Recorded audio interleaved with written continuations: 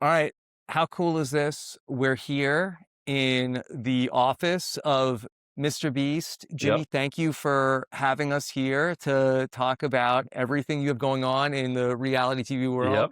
I really appreciate you taking some time out of your very busy schedule to talk with us. We had been covering Beast Games season 2 on the podcast. Which I loved. I listened to every And yeah, episode. we get a comment, and the comment said, loving the content. And you said, love to maybe join one. Very non-committal, Yeah. but look at us now. Here we Here are. we are. And so I appreciate you taking the time and watching our stuff. But I think that that's something that's really interesting about you is that I do feel like that you spend a lot of time curating through feedback, and it Mhm. seems like that you want to really know what people are saying about the stuff that you're doing, to the point where I saw you recently were commenting on a video that was about Mr. Beast is boring Yep. now, and you and but I think that that's unusual for somebody who has reached the level that you have to be interested to know what people are saying. And I think it's really commendable and has been Mhm. a testament to you and your team and how you continue to iterate on what you've done in the past. Yeah. Thank you. I appreciate that. And yes, that's partially why I'm here because I listen to every single episode to hear what you guys say. Because it's interesting, as I mean, you guys have probably consumed more reality TV than probably almost anyone else on the planet. And so to hear your feedback on my show from a reality point of view, whereas I've consumed more YouTube than anyone else in the world, and like kind of merge the two worlds, because the interesting thing is there's no perfect piece of content. Even, Christopher Nolan with his movies, as phenomenal as they are, I'm sure, he looks at these things like, man, I wish in Dark Knight I did this thing slightly better, or I would have now, with what I know now, I would have changed this or done this. And so, since there's no such thing as perfect content, you can always improve it. You could, whether it's the coloring on the shot or the game, or, in reality TV, the contestants or how you pair the contestants together, all these different things. And so, it's like, why would you not constantly be learning? Like, I acknowledge that I'm not perfect. I don't know Yeah. everything. And so I want to always, hopefully until the day I die, be just trying to consume more and more information on how I can improve everything. And it's legendary the amount of work that you and your team do on going through all of the YouTube data and the Mhm. infographics and all the stuff that you do on YouTube and testing thumbnails and titles and all sorts of stuff. And it's really incredible. But how much harder is that to do with television, Yeah. where you put it out once, you can't really change things after, and you don't have the kind of data that you have, at least I don't think you do, Yeah. in terms of being able to tell how to make the show better? Yeah. That's exact. Well, so it's a two-sided coin. What's interesting is You on, love a two-sided yeah, coin. I do love coins, which we can talk about in a second. But what's interesting is on YouTube, you have to gear a video around the title and thumbnail, right? Like, if someone doesn't click a video on YouTube, they don't watch it. So like, I can't just make like a 5-part series of something on YouTube, because episode 4, not many people would click because they weren't like, if YouTube just recommended that, people would be like, what is this? I haven't seen the first 3 and it doesn't really do well. And so every video is geared around like, I buried myself alive for a week, right? That's a really good title with a really simple thumbnail. So they click. Because if they don't click, they don't watch. And what's completely different from YouTube to reality is obviously they're coming for the expectation of a show, and they just want to be entertained around this show. And like I don't even know what the thumbnail is for episode 2, 3, 4, 5, because it doesn't matter, Mhm. right? The thumbnail for episode 2 of Beast Games or episode 2 of the new season of Survivor, who cares? You just Yeah. want to watch episode 2.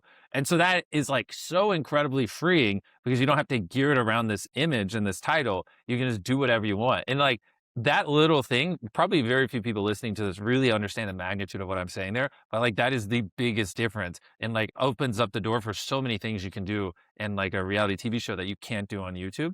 And then obviously the other thing is, you just have so much more time. Like on YouTube, I have 20 minutes to build up characters, tell a story, and then, end it. And then on this, sometimes the total runtime is 7 or 8 hours. So it's just so fun to be able to like tell all these things you guys already know, but to tell the story over such a long time. For my world, you don't have that kind of liberty. So we're so used to condensing things down and like making things so rapid fire, which is why in episode or season 1, which season 1 of Beast Games, we broke world records left and right on Prime Video. So most viewed unscripted show, over 100 million unique viewers. People really loved it. And so I have to preface that because I'm so critical of the content we make that someone who only listens to me on here might think, wow, that was just a massive failure because all Jimmy says is negative things. So I have to list some of the positives. So when you hear these negatives, you're not like, whoa, well, that show was just the worst thing that ever happened. But broke all these world records. People loved it. Even like the completion records, the viewership record, like retention, all that was phenomenal in season 1. But even still, the things it was lacking for the most part is people didn't really know the contestants as much as you would in a typical reality show. And a lot of that's a side effect of I'm used to the YouTube world where it's just so rapid fire, you can't even do that. And what we did in season 1 was my version of trying to lengthen it out and do the depth, but we just didn't do it anywhere near as well as we needed to. And so, like you said at the start, we just read through every single piece of feedback. We watched every single person, your show, every other show that ever said anything about season 1. We watched everything. We're talking hundreds of thousands of comments, everything. And then we just, found what is the commonalities of all the complaints. And it all boiled down to essentially 2 main things and then like a couple other subheaders. And that's what we fixed in season 2. And so that's what we're in the process of doing right now for season 2 to apply to season 3. And, hopefully after we do 5 or 6 seasons, it's like there's basically no real complaints. You said there were 2 main things that the audience said. What were they? Well, so the first one was they wanted to know the contestants more, which like by episode 6 or 7, you really know them. Yeah. But it's like, I don't want to have to watch for 3.5 hours before I get to know them. And so, okay, perfect. And so we solved that in season 2. The other one was people really didn't like that with the largest cash prize in history, biggest sets in history, that some of it came down to randomness. They don't like, like essentially rolling the dice to decide whether or not you move on. So in season 2, I really focused on making it where it's a lot more skill-based, a lot less RNG, or if it was RNG, it was their choice to make it RNG because they chose the game and they chose the thing that made it random. And those are like the very 2 big things that I saw that I was like, we're not doing this at all in season 2. And then now we're compiling our list for season 3 of similar things. And it's pretty interesting because like if you were to read 10,000 complaints, usually like it'll look like it's 100 different things, but you can kind of bracket most of it where it's like, okay, well, but like 40 of them are basically all saying this one little thing and 20 are saying this. And then these 20 are kind of just a derivative of these 2 and you fix it, they'll mostly go away. And yeah. Do you think that you have like a superpower at this point where you're able to go through a ton of feedback? Because I feel like that for so many of us, like we just see the negative comments, we ignore what people say on the positive comments. So you could have one negative comment that really outweighs everything you see, but you've been doing this for so long and you get so much feedback. I just don't know how you can possibly try to process it all. Well, I have a lot of advice on that for if any of you, are starting a reality show, I got you. The big thing is you have to discern between feedback that's from a place of helping versus it's not even feedback, but like you'll get so many comments, if you get 1 million reviews on a show, a subsection of that is just going to be people who they just don't like you for whatever reason. They're just going to say, this is the worst ever. Like even pick the most beloved show ever, like maybe Survivor or something, right? There's still people who are just going to go, Survivor's garbage, right? I hate Survivor. Jeff Probst is stupid. Jeff Probst is, but like, that's not feedback. Those you just have to develop the mental toughness just to block out, right? Yeah. I could read 1,000 comments in a row, just call me the dumbest person ever, and I'll feel nothing. Once you get that, you just look at a comment objectively, like remove all emotion from the equation. Is this a comment that is like real feedback? And then is it feedback from an actual fan? And if it's real feedback from an actual fan, that you need to internalize. If it's not, hey, Jimmy sucks. If the comment is, Jimmy sometimes in like really tense moments lets off an awkward laughter, and I feel like that kind of just destroys the tension. And I don't know, that's something it's very specific, right? Yeah, right. And like that, like is a comment from a fan from a place of actual feedback. That's something I should write down and think about. And like discerning between the 2 is something almost everyone I know, especially like people as they get more famous, is just really bad at. And they get in their head, like, because they can't read things objectively, they just go, comments are a waste of time. They don't know. They don't like, I don't read the comments because they'll just, focus on the ones that are just mean. So what was the feedback that you took away from season 2 that really resonated with you? The things that people said that from a fan's perspective that they wanted to see more of. In season 1, we had the opening with this like these 1,000 trapdoors, and people are following the trapdoors. It's freaking crazy. And I think we had more spectacle in season 1 than we had in season 2. And part of it is because we were so focused on building up the contestants that it's like kind of hard to do both at the same time. And so one of the big things in season 3 is like now keeping the storytelling of the contestants we had in season 2, but bringing back more of that spectacle in season 3, which I'm under so many NDAs, I can't say what it is, but Yeah. when you see the finale of season 3, you'll understand exactly what I'm talking about. You're gonna go, "Holy shit, that is the craziest thing I've ever seen in my life." But it's like pairing those 2, because that's one of the things I'm seeing most is people are like, "Season 2 is great." But man, I feel like season 1 was more epic, right? And so mixing that in, and then the rest, I'm still going through and Yeah. trying to figure out what it is. It's hard to marry the 2 because I think that people think of you and they think of that you have these amazing ideas for YouTube videos that people have never seen before that have Yep. these amazing hooks. And then we come to Beast Games, and so we're expecting sort of like things that we've never seen before, but also at the same time, we really want to get to know the characters better. And it's hard Exactly. to serve both of those big things that people Yep. want. So Also, actually, and cliffhangers. The cliffhangers will be fixed. I got you guys. next Yes. time, next Yes. episode, Yeah. when people hear about Beast Games, if we're going to talk to somebody who's never seen Beast Games before, Yeah. can you tell people like what is your vision for what is Beast Games? I heard Jeff tried to define it Yeah. when you did the Survivor crossover, but in your mind, what is Beast Games? What is Beast Games? That's a great question. Oh, I feel pressure because I'm like, oh, this is like how people are gonna interpret it. I mean, it's is the largest cash prize with the biggest sets, the biggest spectacle, and just the most money. Because even though we give away 5 million in the first 2 seasons, we gave away over $32 million Yeah, collectively between the 2 seasons. So it's just like a place where people can win. I mean, absolute life changing money competing in just the biggest sets ever in hmm history. And hopefully, it's a show that you never know what's coming next. It's always getting better. It's always improving. And it's what, I believe modern, reality game shows should be, yeah. right? Like, it's kind of crazy that no one is, before Beast Games was doing something like this. So I'd say it's what a modern reality game show should be. hmm So one of the things I would love to see is where people are getting this money and what I think is sort of, maybe not as satisfying is that people get this money and they leave. Yeah. I just started caring about this person because Yep. they just had a big decision to make. I'd love to see more people getting the money and then also, now they have a big target on their back. And Yeah. and that did happen in season 2, but I think that that's the more that we've seen these people make these decisions and that now we're continuing on with their story. Agreed. That to me is like really interesting in Beast Games. Which Tyler is one of our like lead ideation creative guy, and I said the same thing to him. Is like Yeah. there's a correlation to someone wins a bunch of money and then they get out, and it's like kind of brutal because in the process of winning money we build them up, and then it's like usually the next episode or two they're gone because they have such a large target. And I don't know if there's anything we can do about that though, because Beast Games is I would argue Beast Games is the least scripted reality show out there because there's literally nothing about it that's scripted in any way, right? We truly let them do whatever the hell they want. And so one of the positives is that that's why it feels so authentic. And that's why sometimes you have people do the absolute dumbest things ever to like a normal person, AKA we gave people the ability to win $1 million. They pressed the button and eliminated people, which would have also increased their odds of winning the $5 million prize pool. And they didn't do it because they didn't want to hurt their friends. And so they Mhm. turned down $1 million.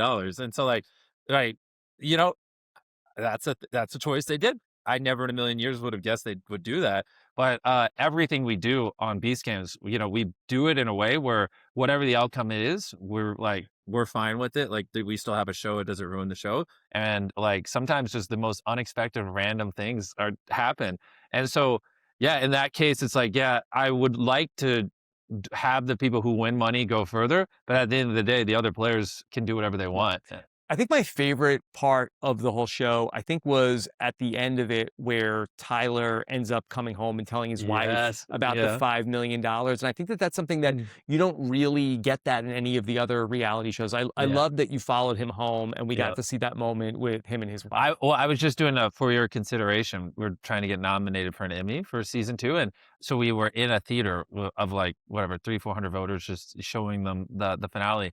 And I was like watching as that played, and I started to tear up because it's surround sound, big theater, and I was looking out there and I was like counting, and I saw so many people like start to brush tears away from their eyes. Like that scene where his wife is like, "Stop it." You're kidding. He's like, we just won $5 million. It's so awesome. And like, I think what makes it even better and why you would never see something like that in a different reality show is like, that's filmed with an iPhone. Yeah. That's filmed with an iPhone. That's why it looks so grainy and weird. And everyone else would have had like a full-fledged crew, and they would Yeah. have had someone clap scene 5, mic them up. And we're like, no, let it be raw. Let these moments like just like sneak a hidden camera in. Obviously, the person there knows. And it's just like get a true unfiltered reaction, which is why the ending is so good. And I want to do that more throughout all the future seasons. I think it's like I think it's one of the best things we ever shot. It was an intimate moment that we got Exactly. to see and see what that was like, where we got to know that he had this family, but then to see Yeah. the reaction of like our life is changed forever, Yeah. and have him deliver that news. I thought Oh, I that love was it. such a cool moment to Yeah. end the show on. In terms of Beast Games, when you imagine it further out, now we're on Survivor 50. I'm coming up on that. Yeah, Can't wait to see what you guys think. yeah, I want to talk about that. Yeah. When you think about Beast Games 10, is there something that's a core part of the show that you think that even when we're further out, way out into the future in the franchise, this thing is always going to still be a part of Beast Games?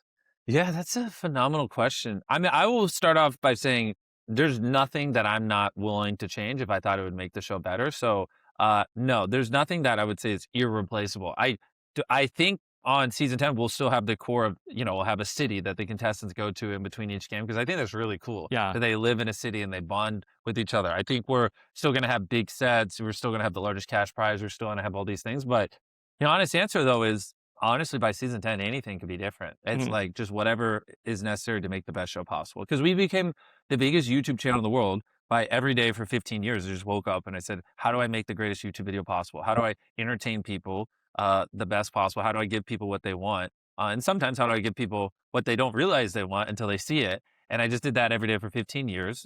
People say it takes 10,000 hours to master something. I think it takes 100,000 hours to master something. I think 10,000 hours is just a start. And I just applying that same mindset here.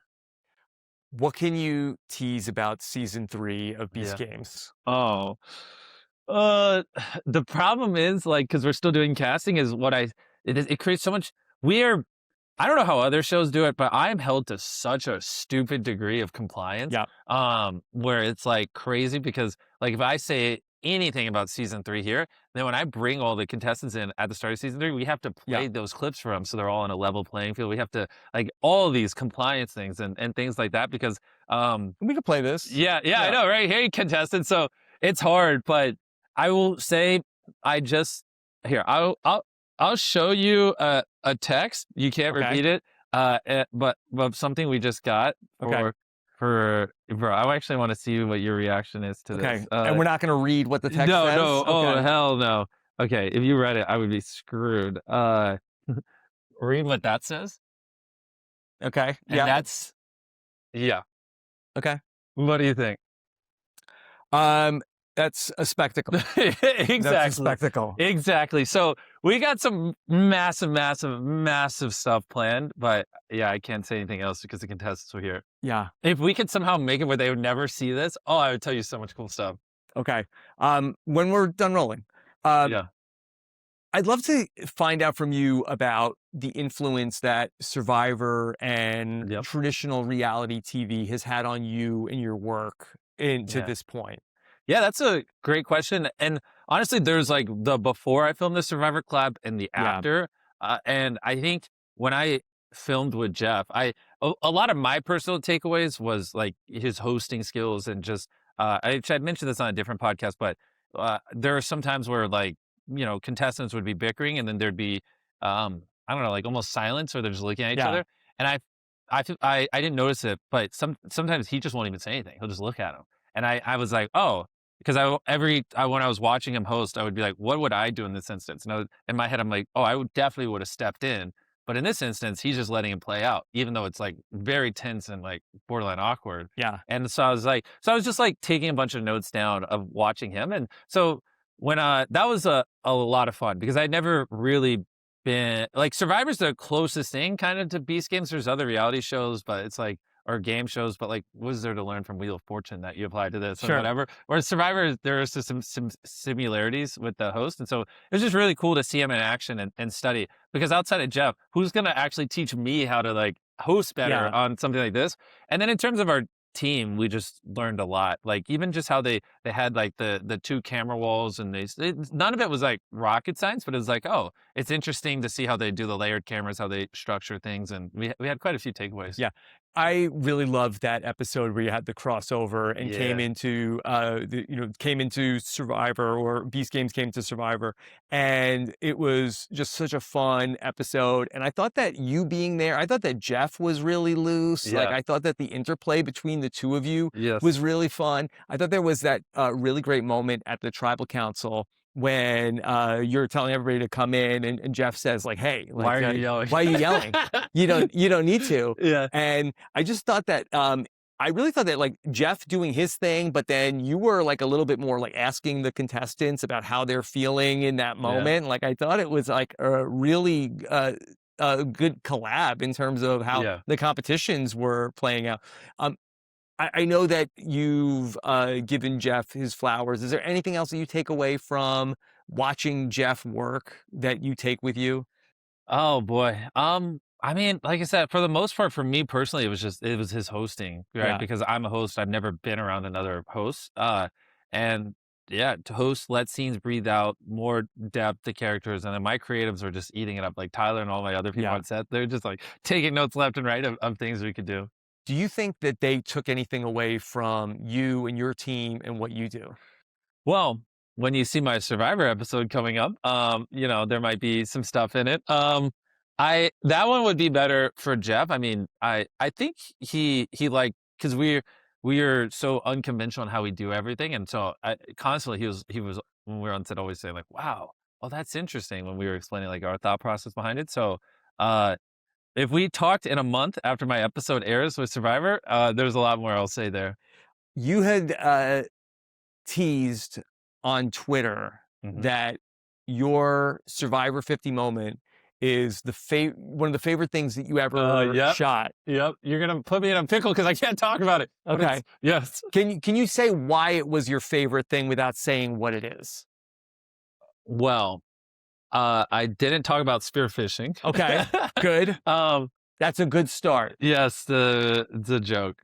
I'm kidding. I love Zach. We I all do. can't. Yeah. Okay. I can't even talk Alright, about it. how about I this? can't say Okay, anything. okay. But you guys just give it an honest try. I know you're not a fan of us cameos. You don't like us. Yeah. But trust me, ours isn't just some silly cameo. You'll like it. Just come into it with an open mind and give it a try. Yeah. I mean, is there anything that you could say, like, for the Survivor fan who's worried, like, hey, this is not my pure Survivor? Yeah, I mean, I don't do like a monologue, or it's not about me. So Mhm. I guess that's all I could say. But past that, I'd have to go call Jeff because I don't know. I'm under a lot of NDAs. I get that. I get that. Yeah. So what was going through your head as you came into, Survivor 50 is this huge season. We've been waiting for it for all this time. Yeah. And now you're walking into this thing that's going on. Like, what was going on in your mind as you were walking into this? Well, I mean, just the entire thing. The fact that Beast Games has a collab episode Survivor, and then Survivor has a collab episode of Beast Game. And until I met Jeff and me and him like rode on this golf cart once I got to the island, I didn't think it was happening. Like Yeah. I was like, nah, he's just gonna like back out, or he's gonna be like, who, what? I don't care that much. Who are you? And like, it all just seemed too good to be true. And it was like all a fever dream. And even as I'm like going into Fiji and I'm on the boats going out there, I'm just constantly like talking to my team, like, you're telling me we're about to go do a collab, and like Yeah. Jeff Probst just gonna film on Beast Games, and I'm just gonna film on Survivor. I'm like, no shot. Like, we're just gonna turn around and go back. But no, I got there. He was so kind, so nice. We spent a lot of time together. I mean, we drove around the island, and it just like the entire time, even like all the way up to when the cameras turned on, I was like, at some point, I'm like, something's gonna go wrong. Like, this doesn't make sense. But like it ended up happening, and he was awesome. And the the stuff I filmed with on Survivor, my big thing was, I know it's not about me, it's about the contestants in Survivor. And so I was just trying to really make it all about them, and just elevate the show and not try to distract too much from it, which I think we hit on the head. And then inversely, the stuff we did on Beast Games, I tried to make it all about Survivor because I know a lot of people who watch these games obviously grew up Yeah. watching Survivor. And so I was just like, Jeff, you can literally do whatever you want on my show. I was like, here Mhm. you go. Like, if you want to kick me off the episode, you can. I don't care. Can you talk about that golf cart ride? Yeah. What was that like?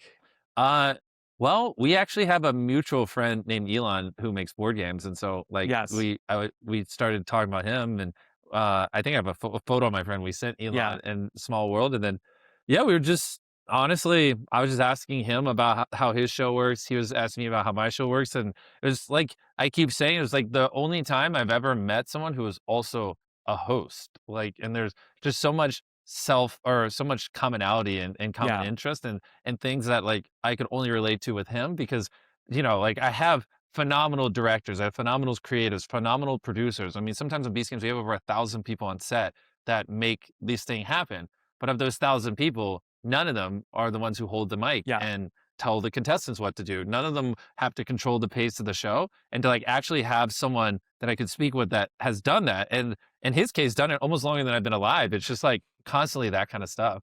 And yet not just another host, but the thing that the two of you share is that you are both the face of the thing, but also the creative driver of the thing. Yeah. And there's probably not too many other people that are in that Exactly. same situation. I would argue it's only us two. I mean, name one other one, you know? It's hard to off the top. Like Exactly. a lot of these other reality franchises that we know, like the host is just the host, and there are other people that come in and they're the creators and coming Exactly. up with the game design and everything. But yeah, it might just be you two. And which makes it so much more stressful because, in a way, there's something that's freeing if you are just the host, because then if something goes wrong, it's like, well, not my fault. I'm just paid here to stand and hold the Mhm. mic and direct it. But like, while I'm directing or leading a challenge and telling contestants what to do, I'm also like, turning to my right and just going, guys, that's supposed to be like that. And what is this? And that's not optimal. Why is that lighting? And the cue is off. And I'm like, but anyways, contestants, for this next challenge, we're doing blank. But what? You don't have that camera's not even punched in on Monica. What are you doing? So anyways, Monica, what are we doing now? Okay. Oh, you and Jim, and so it's like, I'm like doing like 4 jobs while also hosting. But the thing is, in the edit, all you see is the hosting part. You don't see that other stuff. So it's like doing both at the same time makes it even more stressful and harder.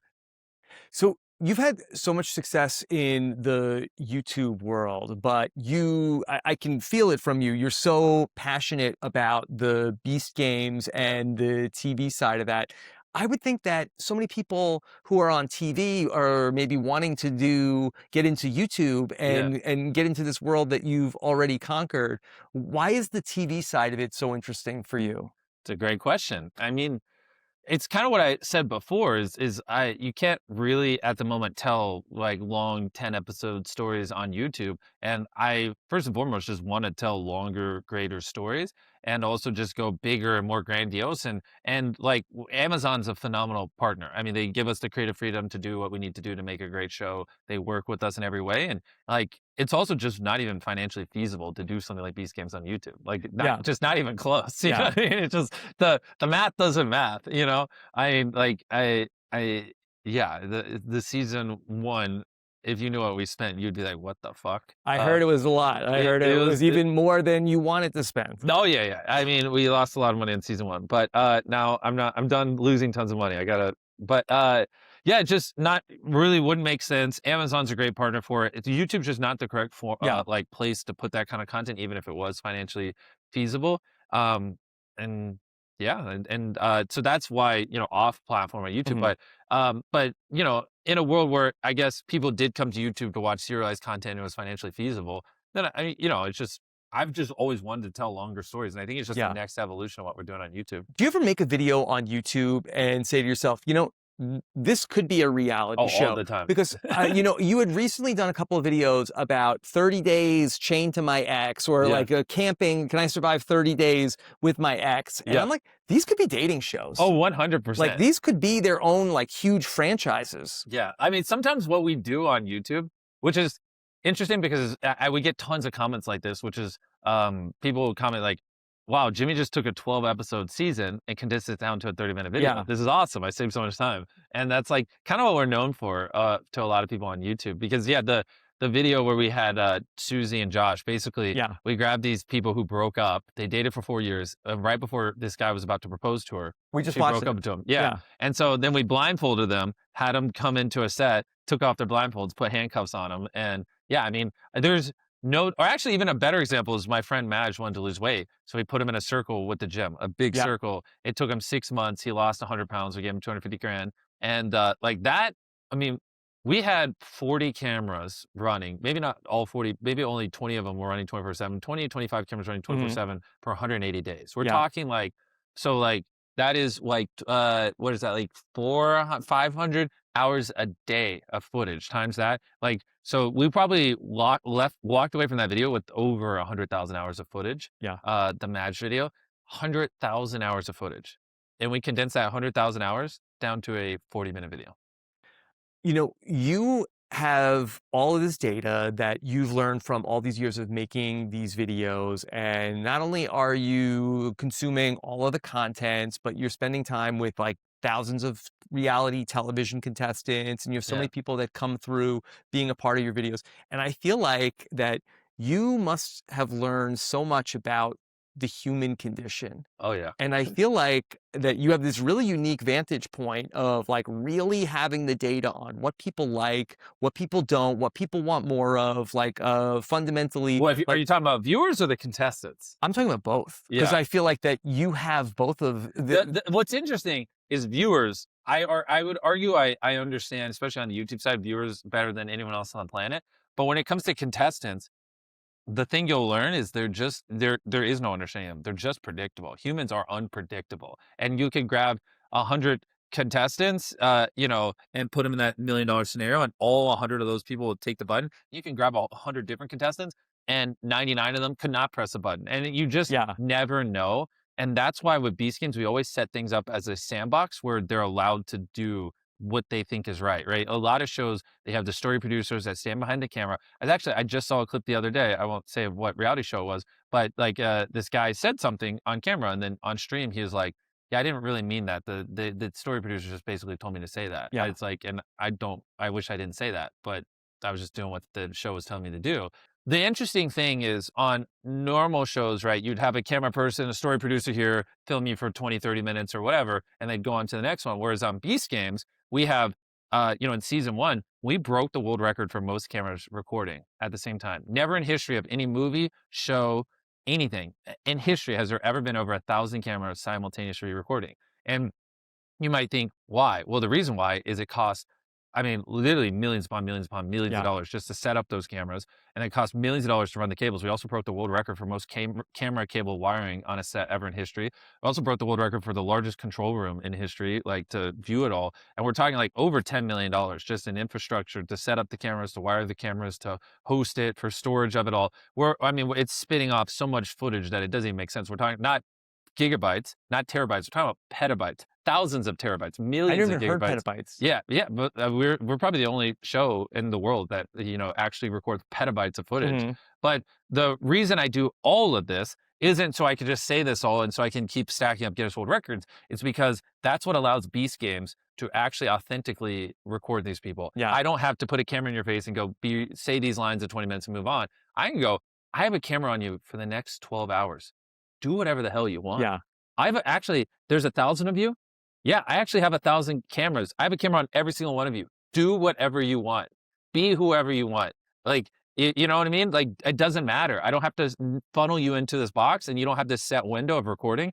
And it costs so much money, and it's so much effort. And it's why sometimes, I think at one point in Beast Games, I had over 2,500 people on set, 1,000 contestants and over 1,500 non-contestants. I mean, it is ridiculous. And if I switched it from recording all these contestants 24/7 with the camera always on them and all these perfect wide shots down to, hey, which is what everyone in the entire industry was telling me to do. Just have them, put a camera on them, do it this way, do it in a more structured format. You can cut down the cameras by 70%. You can cut down the footage by 85%. You can save, here's how you can easily save $8 million doing this.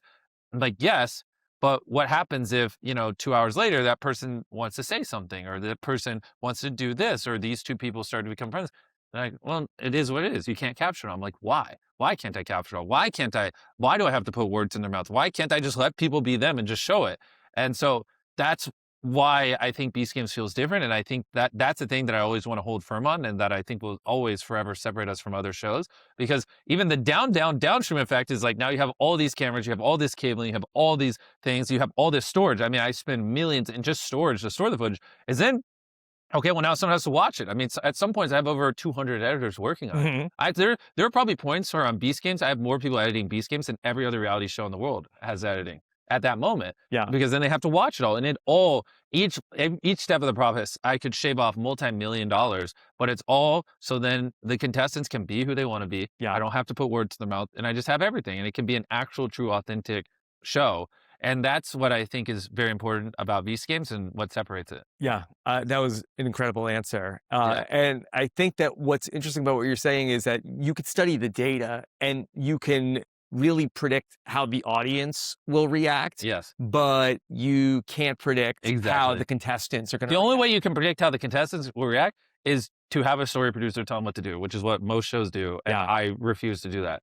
Yeah. I mean, we'll have a person behind the camera be like, hey, you know, now you're in frame, and make sure the frame looks good and things like that. But I don't want people feeding them lines and telling them what to say. I'd rather die.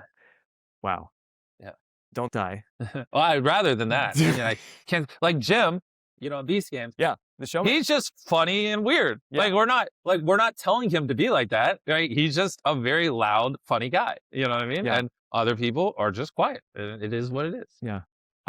Jimmy, thank you for making this time. Oh, we're done already? Come on, you don't have one more? Okay. I got a little more time. I mean, so I feel like that I've have been so blessed to have this opportunity to sit down here with you. I mean, is there anything that you feel like that people misunderstand about you? And I feel like me? No, I don't care about me, but you have a reality audience. More the show. I just like Beast Games.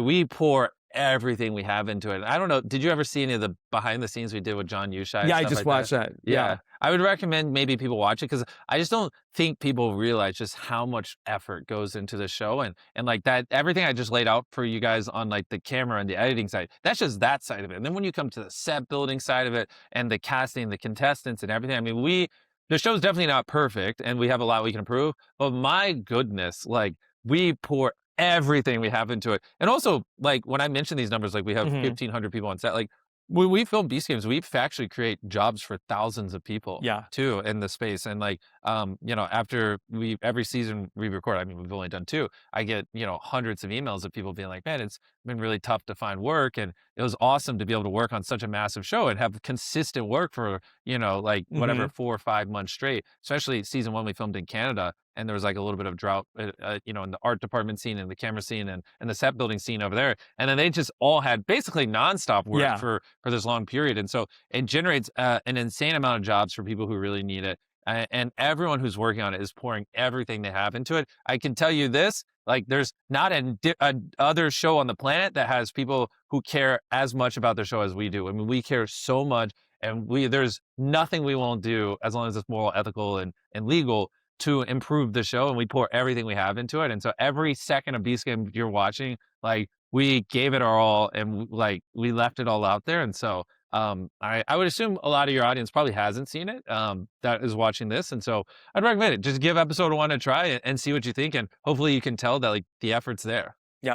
I think that people who haven't given it a try are sort of like, oh, well, that's it's a YouTuber show. Yeah, that's for or that's for kids. Exactly. I don't know what this is. And I think that you know, a little bit like of a hook. And I know you did Strong versus Smart this season, but I feel like that like I don't know if people necessarily resonated enough with like, hey, I'm a strong person, I got to see this. I'm a smart person. So I think that, you know, just like getting a little bit more curiosity into like, what is this? Oh, I got to see them do this. Exactly. Like, I think that that's really going to help people. And I think that the pitch that you've made to anybody who cares about reality TV today, I think is really going to help get some people to check it out. Hell yeah. Well, thank you for having me. Thank you, Jimmy. Thank you guys for listening. Yeah, this was incredible. And thank you for having me here.